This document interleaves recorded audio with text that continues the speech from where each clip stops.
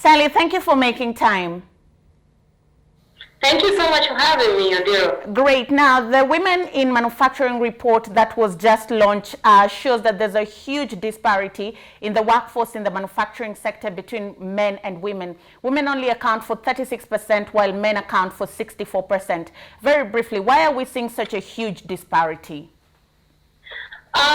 Historically, the manufacturing sector in Kenya has been, and I think around the world, has been male-dominated. There are many reasons for this.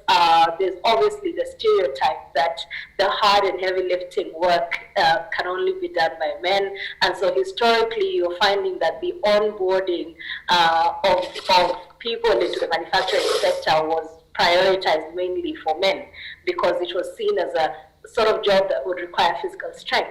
But more and more as we are embracing Industry 4.0, we are realizing that mechanization and automation is taking over.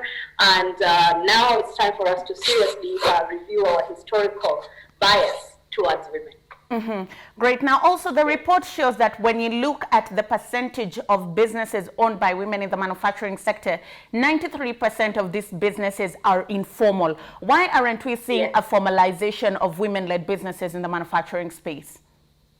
The regulations or regulatory framework that we currently have, from the feedback that we are getting from the women in manufacturing and also the SMEs.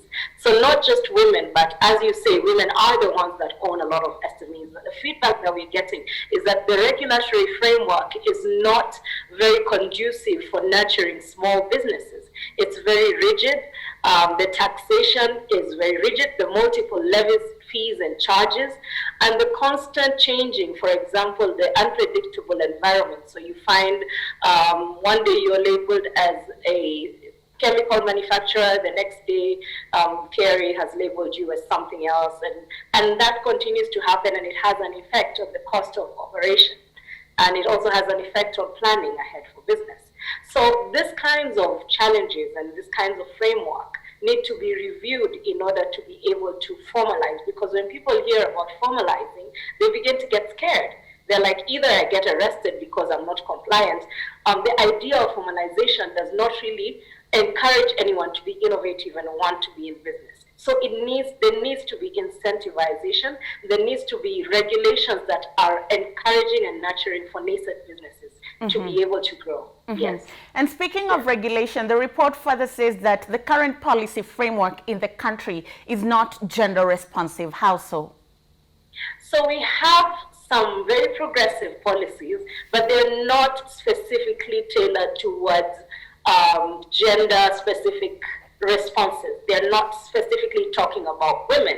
They are progressive in terms of wanting to help small businesses and wanting to grow and be competitive, but they're not looking at the specific challenges that women face over and above normal businesses, which is why programs like the Women in Manufacturing program exist, because we are looking at the manufacturing challenges and the things that will be required to encourage manufacturers to grow, but there are specific needs and specific considerations, policy considerations that need to be made in order to reach women who are not in manufacturing, who are not so much represented in manufacturing, to actually have them come on board and join the manufacturing sector. So we need to tailor make this into a very women-specific policies, into very women-specific policies that encourage women to join.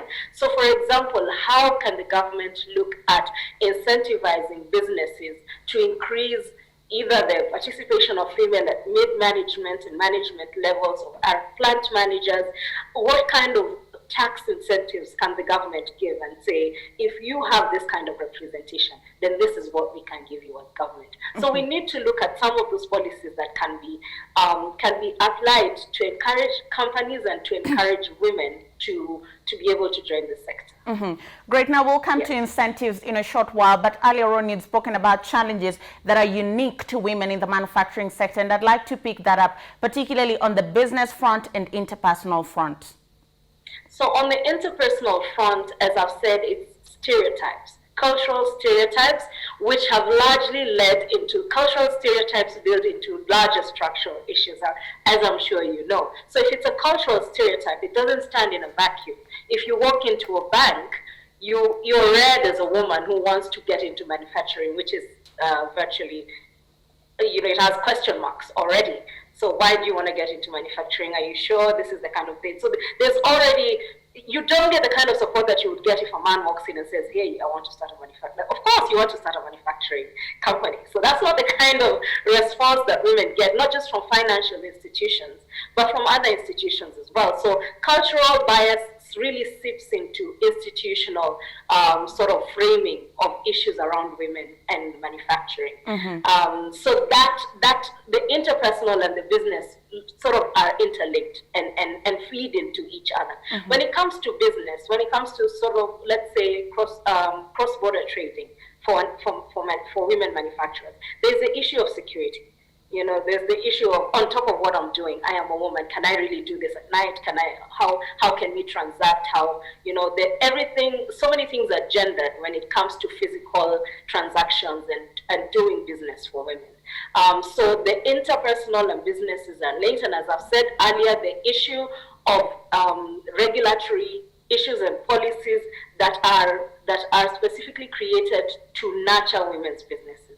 So if a woman wants to start her small, if I'm making coconut butter in my kitchen, I want the government to understand the challenges that I am having in terms of talking to the people already dominating this industry who are men, and how can the government intervene?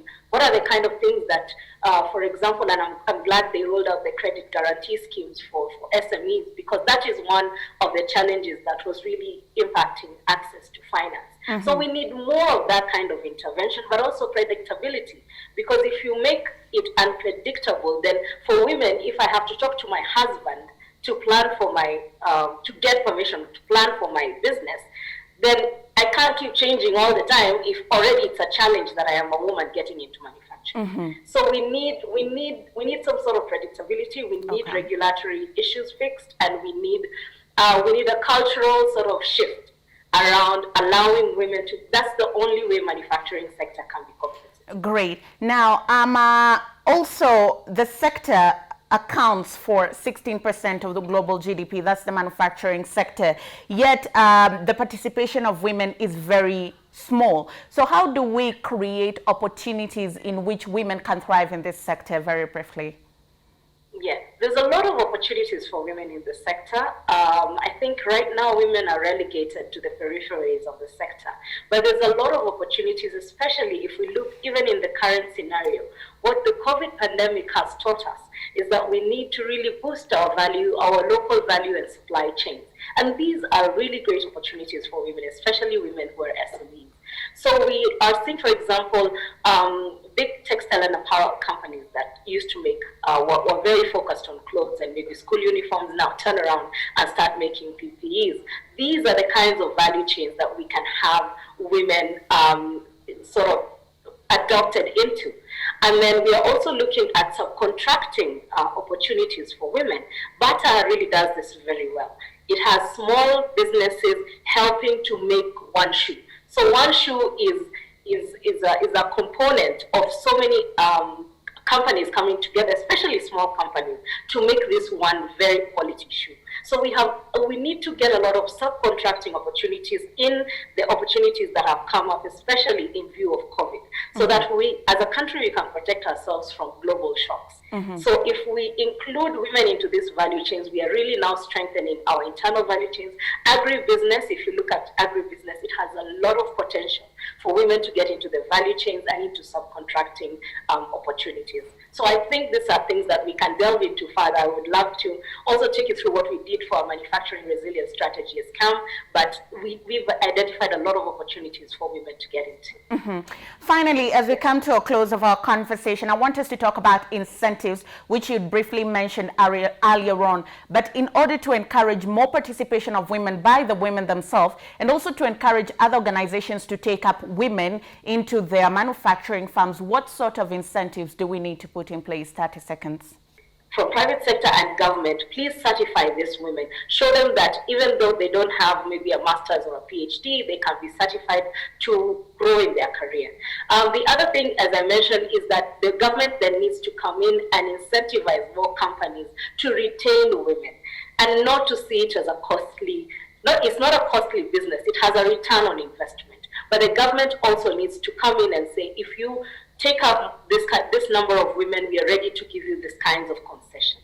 So then that way you're growing industry, you're growing competitiveness, and you're also achieving the objective of including women into the manufacturing sector. Sally, it was a pleasure. That's where we leave it. Thank you for making time. Thank you so much. I appreciate it.